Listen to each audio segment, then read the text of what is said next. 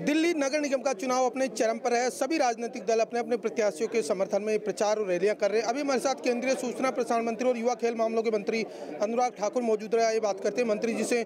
सुबह से लेकर देर रात तक इनका व्यस्त कार्यक्रम रहा और काफ़ी भीड़ उमड़ी और जनता के बीच इन्होंने समर्थन और अपील भी की।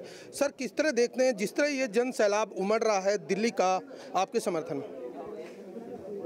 भारतीय जनता पार्टी का शानदार काम जो देश में रहा और भारतीय जनता पार्टी जो लगातार जनता के लिए समर्पित रहती है, सुशासन, गरीब कल्याण और विकास के लिए जानी जाती है, उसी भारतीय जनता पार्टी के प्रचार के लिए हम सभी कार्यकर्ता ज़मीन पर चल रहे हैं और जनता से आशीर्वाद प्राप्त कर रहे हैं। जनता को बता रहे हैं कि 9 अस्पतालों में 3200 बेड बनवाए, 250 से ज़्यादा प्राथमिक जांच केंद्र खुलवाए, 29 से ज़्यादा मैटरनिटी सेंटर खुलवाए, 8 टीबी के नए अस्पताल और केंद्र खुलवाए और इसके अलावा हमने जो 2000 से ज़्यादा पार्क हैं उसमें ओपन जिम बनवाए हैं, 3700 से ज़्यादा पार्कों में झूले लगवाए हैं और जो घर थे अनऑथराइज कॉलोनी में उनको ऑथराइज करने का काम किया। 60 लाख लोगों को लाभ मिला और अब 15 मीटर से ज़्यादा की बिल्डिंग पहले बनती नहीं थी, अब 17.5 तक की हमने अनुमति दी है।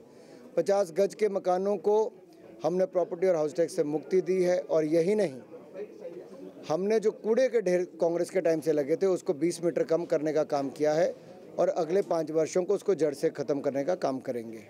दिल्ली सरकार के जो वादे थे उनसे जनता उम्मीद किए बैठी, लेकिन अभी हुआ कुछ नहीं। जनता को बड़ी परेशानी है, इस पर आपकी क्या प्रतिक्रिया? जनता कहती क्या हुआ तेरा वादा, केजरीवाल को याद करके। और केजरीवाल जी झूठ बोलने में नंबर 1 है, करप्शन में नंबर 1 है और जमानतें जब्त कराने में नंबर 1 है। उत्तर प्रदेश, उत्तराखंड में सभी सीटों पर जमानत जब्त हुई और दिल्ली नगर निगम में भी इनकी ऐसी हालत होगी, चुनाव हारेंगे।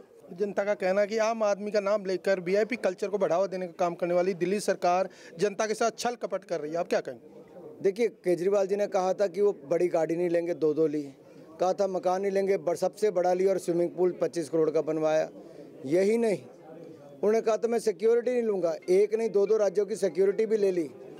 एक के बाद दूसरा झूठ बोला। जिसकी राजनीति की शुरुआत ही झूठ से हुई हो, परिवार के बच्चों की झूठी कसम खाई हो कि मैं कभी राजनीति में नहीं आऊँगा, फिर राजनीति में आए हो, तो अपने आप में बहुत कुछ कहता है कि इनके मन में केवल सत्ता का सुख भोगने की इच्छाएं हैं और सत्ता का दुरुपयोग करके केवल पैसा कमाने की लालसा है।